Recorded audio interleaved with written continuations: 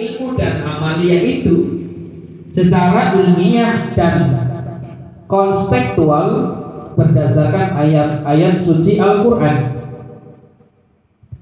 Hadirin yang kami hormati, perlu panjenengan ketahui bersama kisah tentang Isra dan Mi'raj. Tentunya jenengan sudah tidak asing. Bahkan di dalam pengajian di mana-mana pasti tentunya akan dijelaskan tentang bagaimana sejarah bagaimana tentang peristiwa Isra dan Mi'raj itu sendiri. Pertanyaan saya yang sangat simpel. Dari panjenengan ini mengikuti kajian tentang Isra Mi'raj, saya tanya dua hal. Yang pertama, Isra Mi'raj itu Nabi Muhammad SAW mendapatkan perintah, dan yang kedua mendapatkan hadiah. Di dalam pengajian yang umum dijelaskan di mana akan banyak orang menjelaskan tentang perintah, tetapi jarang kita temui ketika mendengarkan Isra Mi'raj Nabi Muhammad SAW mendapatkan hadiah. Padahal di dalam hadiah itu merupakan salah satu yang penting sekali di dalam sendi kehidupan kita. Hadiah itu merupakan langsung dari Allah Subhanahu wa taala ketika Nabi Muhammad sallallahu alaihi wasallam berada di Sidratul Muntaha. Hadirin yang berbahagia, lalu kadang kita bertanya,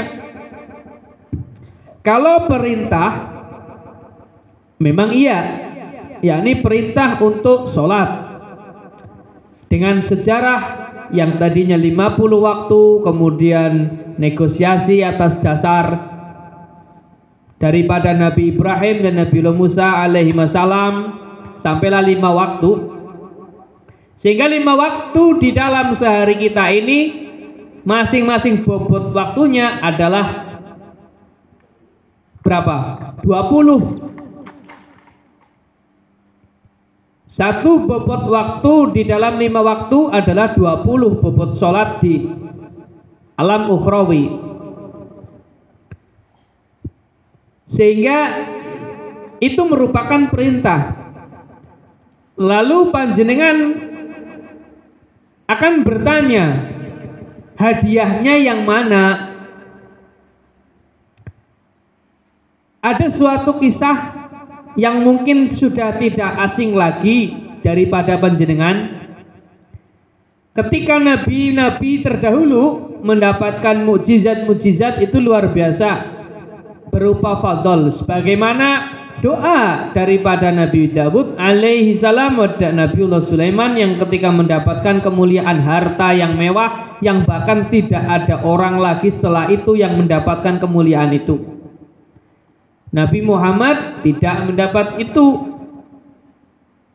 Nabi Sulaiman mendapat kemuliaan berupa harta yang sampai hari ini orang nggak ada yang gantikan.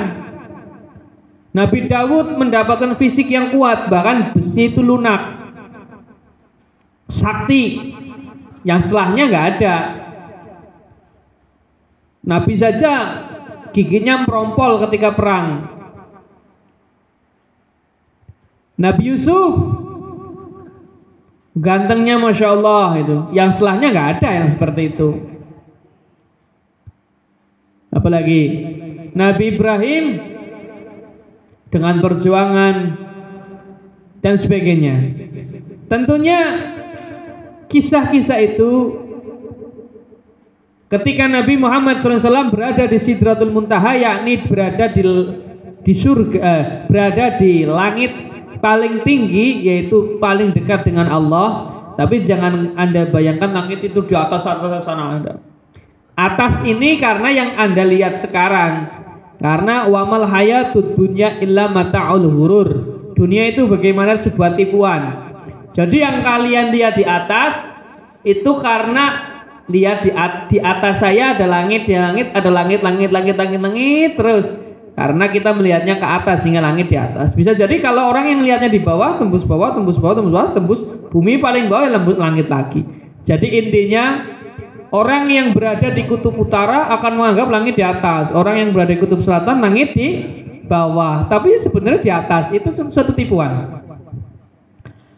Kemudian Nabi bertanya, "Ya Rabb, wahai Tuhan saya, Allahu Rabbi, wahai Allah Tuhanku, Engkau menganugerahkan kekayaan kepada saudaraku Sulaiman bin Dawud yang setelahnya nggak ada lagi yang dianugerahkan seperti itu. Lalu saya ini sebagai khatamun nubuwah, penutup nabi, saya mau dikasih hadiah apa?" Gitu. Kurang lebihnya kalau kita terjemahkan dalam bahasa bebas begitu. Meskipun bahasanya merupakan bahasa hadis. Di mana setiap kalimat itu ternyata sandi.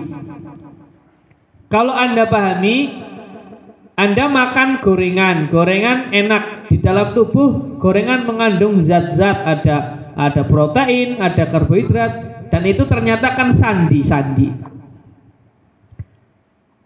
Maka Allah Subhanahu wa taala menganugerahkan kepada Nabi kita Muhammad sallallahu alaihi wasallam itu berupa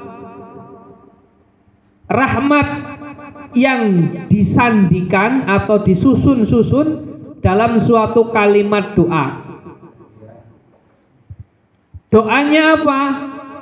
Yang panjenengan setiap malam Jumat itu dibaca.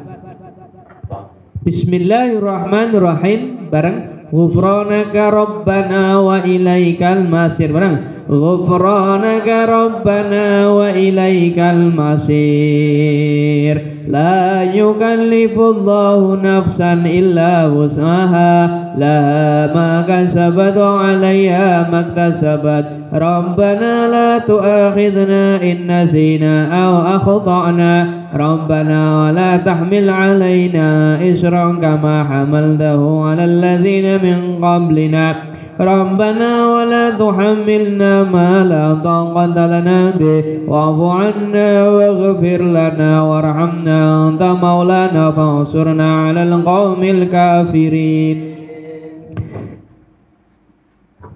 Dari cerita yang dijelentrehkan lewat Al-Baqarah ayat 285. Amana rasulu bima unzila ilaihi mir rabbi wal mu'minun. Rasul beriman kepada kitab yang diturunkan Tuhan kepadanya.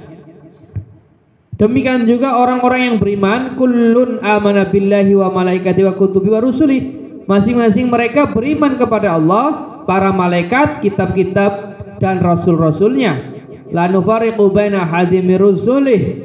Maka mereka bersaksi kami tidak membedakan di antara para rasul Allah. Nah, ini kalimat la nufarriqu baina ahadin min rusulih, kami tidak membedakan di antara para rasul Allah. Ini adalah jawaban Allah Subhanahu wa taala ketika apa? Ketika Nabi Muhammad sallallahu alaihi wasallam itu menanyakan, ya Allah, rahmat yang kau turunkan kepada Nabi terdahulu begitu besar, begini. Lalu apa yang engkau berikan kepadaku dan kepada umatku?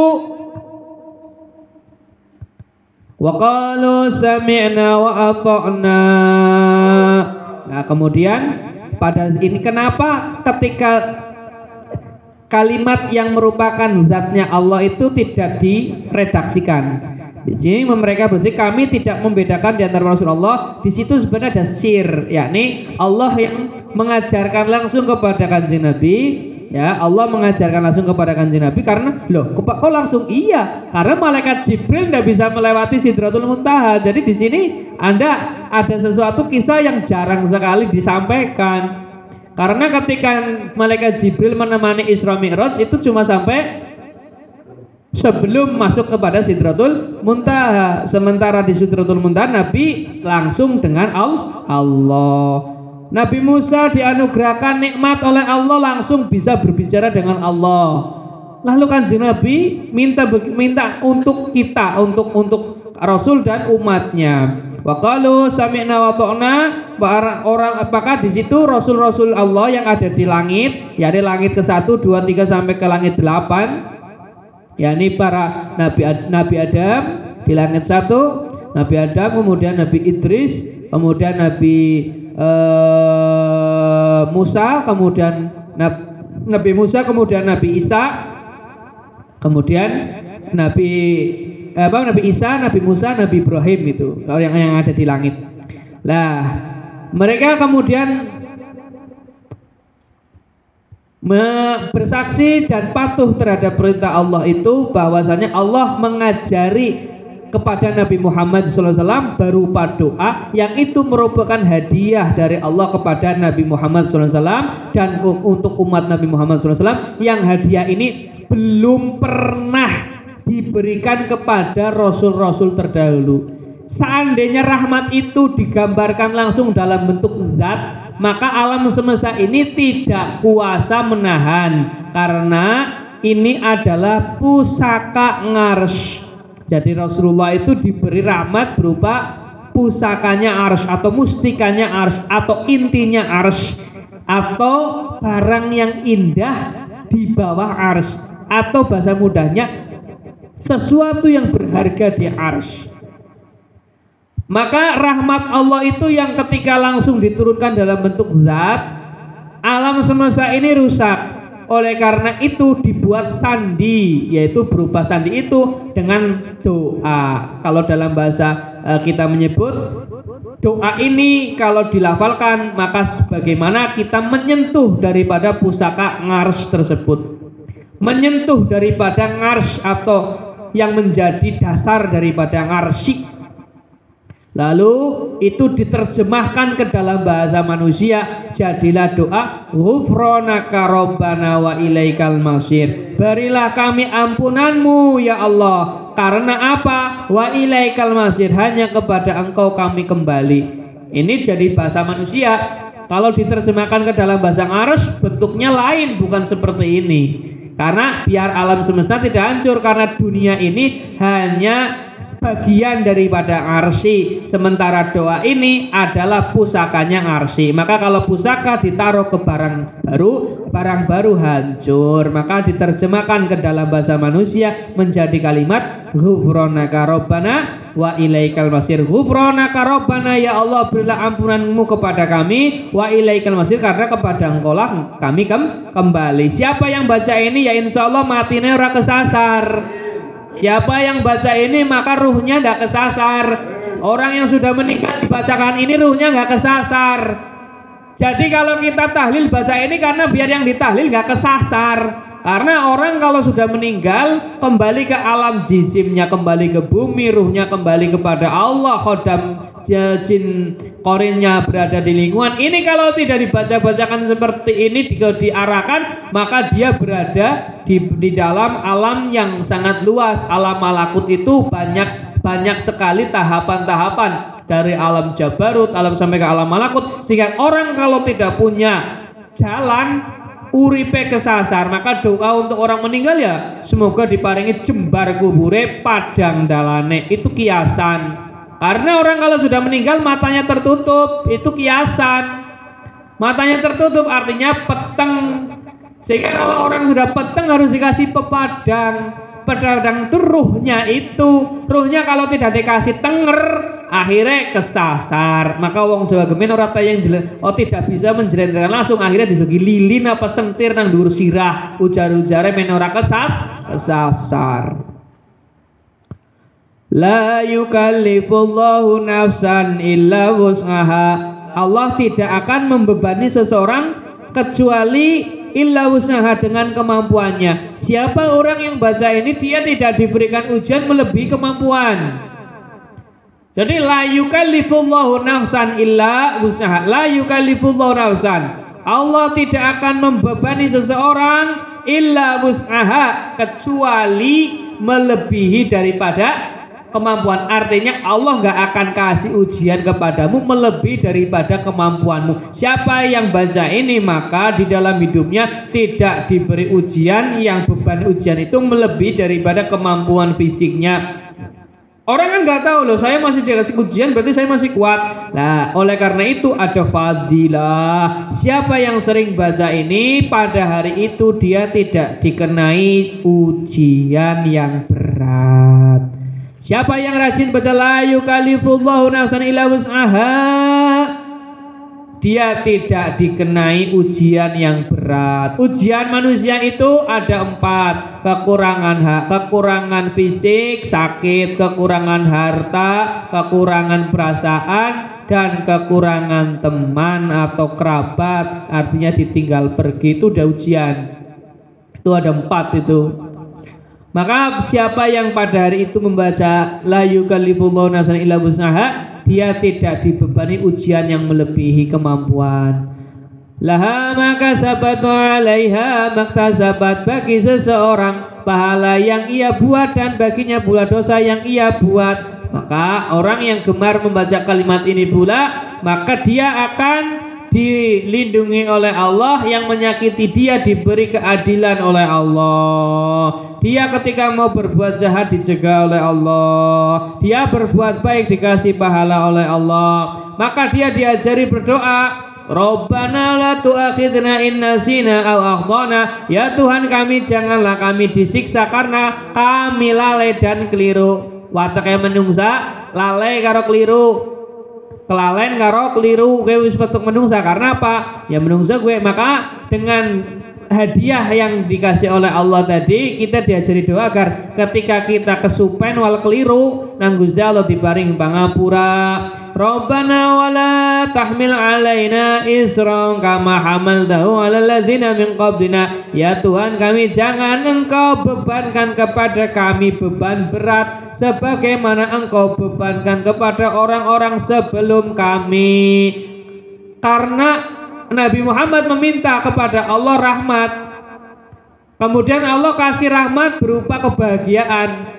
Maka umat Nabi Muhammad tidak diuji dengan ujian seberat orang terdahulu. Kalau Anda pahami ujian umat terdahulu ujiannya tobat aja suruh bunuh diri, dihantui peperangan, dikejar-kejar musuh sampai ke lautan dan sebagainya. Ujian umat terdahulu begitu berat untuk mempertahankan keimanan. Ingin membaca kalimat la ilaha illallah saja itu taruhannya adalah nyawa. Ingin berkata ahad aja taruhannya nyawa. Nah, umat Nabi Muhammad setelah peristiwa Isra Mi'raj itu dikasih doa ini supaya kita di umat akhir zaman yang mau baca ini, insya Allah kita akan dihindarkan daripada ujian-ujian umat terdahulu. Biar kita tidak diberikan ujian yang berat bagaimana ujian umat-umat terdahulu yang Masya Allah beratnya. Seperti halnya umat-umat terdahulu untuk mempertahankan keimanan, taruhannya adalah kematian. Rabbana wala tuhamilna ma la taqata lana bih, dan janganlah pula kau bebankan kepada kami sesuatu yang tidak mampu kami lakukan. Orang terdahulu kalau dia berdosa, umat Nabi Musa kalau dosa tobatnya suruh ngapain? Bunuh diri. Umat zaman sekarang kalau berdosa cukup baca Astaghfirullahaladzim. Itu termasuk rahmat. Jadi, dan janganlah pula kau bebankan kepada kami sesuatu yang tidak mampu kami lakukan. Di zaman Nabi Musa, orang mau makan, saking tidak adanya makanan sampai-sampai harus meminta hidangan dari langit. Zaman Nabi Isa, orang mau makan sampai kelaparan, sampai minta hidangan dari langit. Ashabul Kahfi, saking kencote diuber-uber nang wong sampai mlebu aring goa. Nah, kita di umat akhir zaman ini, maka siapa yang gemar itu membaca daripada hadiah dari Allah kepada Nabi Muhammad SAW, maka insya Allah kita akan dijauhkan dari ujian-ujian yang begitu berat itu, dari sesuatu yang tidak mampu kami lakukan. Oleh karena itu kita yang begitu dongib ini, wa'fu anna, maafkan kami, waghfir lana, ampuni kami, warhamna, sayangi kami, anta maulana, ya Allah engkaulah pelindung kami, fangsurna, tolonglah kami, alal qaumil kafirin, menghadapi orang-orang yang ingkar hatinya. Berarti kesimpulannya ujian kita di akhir zaman cuma satu, yaitu menghadapi wong-wong sing atine ingkar. Oleh karena itu yang ujian-ujian berat sebelumnya kita dijauhkan kalau yang mau baca. Tapi ujian kita sampai kapanpun yakni menghadapi orang yang hatinya kafir, hatinya ingkar. Agar kita selamat maka kita baca anta maulana fangsurna, ya Allah engkau adalah pelindung kami maka selamatkan kami alal qaumil kafirin, daripada menghadapi orang kafir. Maka ketika jenengan membaca Rotibul Athos di kalimat terakhir itu adalah, kalau dalam bahasa kita membalagokan ghufranaka rabbana wa ilaikal masir sampai akhir, itu adalah hadiah Isra Mi'raj Nabi Muhammad SAW, yakni Nabi Muhammad diberi rahmat berupa intinya ngarsi. Yang intinya ngarsi itu kalau dikasihkan ke umatnya alam semesta rusak.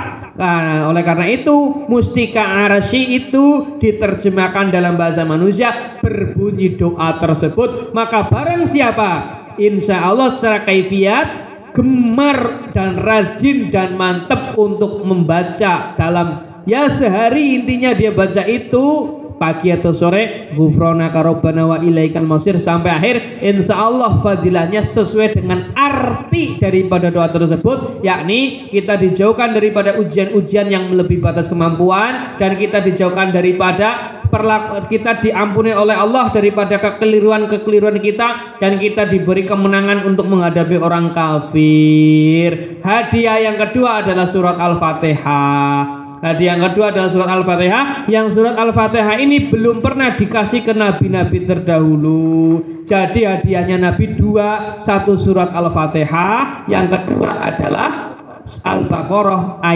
dua ayat terakhir. Oleh karena itu Al-Fatihah menjadi berhukum wajib dibaca dalam sholat yang merupakan perintah Allah, dan Al-Baqarah ayat terakhir ini sunnah dibaca dalam kematian.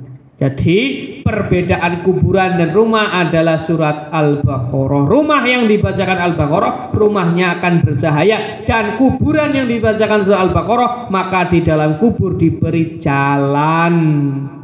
Paham ya?